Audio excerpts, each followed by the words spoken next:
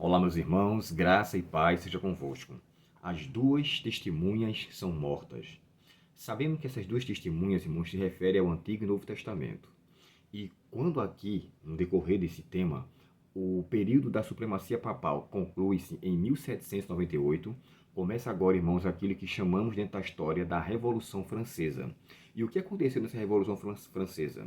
Eu aconselharia você, com bastante precisão, ler o capítulo 15 do Grande Conflito, onde ela desenrola esse assunto com grande propriedade. Olha só, aconselharia você a ler esse capítulo, porque com certeza vai lhe abrir muito a mente sobre esse momento.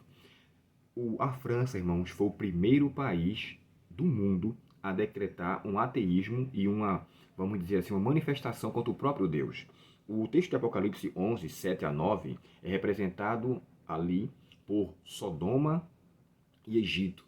E, de fato, o que aconteceu na França nesse período, e especificamente em Paris, foi um decreto assinado pela própria liderança da época, que o próprio cristianismo deveria ser mortificado. Muitas Bíblias foram mortas. Cerca de 70 mil huguenotes foram guilhotinados, foram mortos. Muita gente morreu.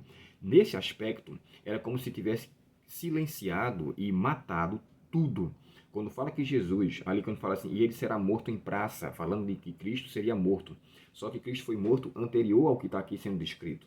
Mas na representação dos seus filhos, quando Jesus falou assim, quando fizeres o bem a qualquer um desses pequeninos, a mim o fizeste. Então, assim como o bem que se faz ao outro faz um bem ao próprio Deus, o mal que se faz às pessoas é feita representativamente ao próprio Deus. E ele, de fato, foi morto na pessoa dos seus servos. E ali, irmão, morreu muita gente. Depois, se você quiser dar uma olhadinha, o que houve na Revolução Francesa, esse período de 3 dias e meio que é retratado aqui, foram os 3 anos e meio que o inimigo creu que, ao ter banido a Bíblia, matado tantos cristãos, agora tinha deixado o povo viver à vontade. Essa foi, de fato, uma determinação do diabo desde o princípio de sua rebelião. E eu sempre gosto de falar e comparar, né, um desenho animado do Aladim, quando ele está ali com a sua namorada, a Yasmin, ou Jasmine, melhor dizendo, quando ela está ali e eles cantam uma música no tapete, dizendo que o mundo ideal é um privilégio vir daqui, ninguém para nos dizer o que fazer, até parece um sonho, ou seja, um mundo de liberdade com libertinagem.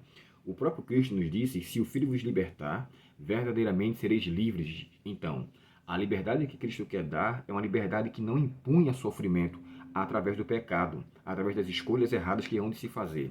Então, quando eu observo aqui esse período, irmãos, e os comentaristas eles são unânimes em esse ponto. Um deles é o Apocalipse, o Seminário do Apocalipse, de Lourenço Gonzalez. O outro, ó, que eu achei interessantíssimo, Apocalipse, a última mensagem. E para fechar, aqui, o mais conceituado comentário bíblico que nós temos, que é o do Hans Stefanovic, o comentário do Apocalipse, quando fala a revelação de Jesus Cristo. E nesse comentário aqui, todos eles falam que os 3 dias e meio envolve-se os 3 anos de supremacia que houve naquele período onde a França decretou abertamente ateísmo. E olha o que aconteceu com ela posteriormente. Aqui, irmãos, o texto nos deixa com clareza que a imoralidade, a indecência, tudo de perniciosidade prevaleceu nesse período. Parecia até então que as duas testemunhas, que era a palavra de Deus, tinha sido destruída. Quando chegarmos amanhã, vamos ver o que aconteceu com essas duas testemunhas, pois elas ressuscitaram para a honra e glória de Deus. A palavra de Deus, irmãos, ela sempre prevalecerá, ela sempre permanecerá. Não haverá momento onde ela, de fato, será extinta. Seca-se a erva e cai a sua flor, mas a palavra do nosso Deus permanece para sempre. Por mais que houve morticínio, por mais que houve queima, por mais que houve destruição com a palavra de Deus e os seus filhos, Deus tinha sempre preservado o seu propósito diante do nosso mundo. E no final da história deste mundo, a sua palavra prevalecerá e o inimigo, de fato, será destruído. A promessa feita em Gênesis 3, verso 15, que a semente da mulher esmagaria a cabeça da serpente, irá ser cumprida, e ela será destruída para sempre. Que Deus, portanto, nos abençoe. Faça bom uso do Grande Conflito, capítulo 15, leia comentários do capítulo 11 do Apocalipse, e você vai entender a grandeza e a realidade precisa do que Deus deixou para com seus filhos, para mim e para você. Vamos orar ao Senhor nesse momento. Querido Pai Celestial, obrigado porque a Tua palavra sempre vence e a Tua palavra é autoridade em nossa vida. Pedimos a Ti, querido Deus, que nos auxilie e que a mesma nos dê a Tua direção, para que possamos assim fazer com que ela venha valer em tudo que tem a ver com a nossa vida.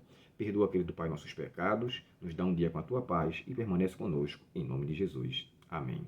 Deus te abençoe, até o próximo estudo e que Deus abençoe o seu dia mais uma vez. Até logo.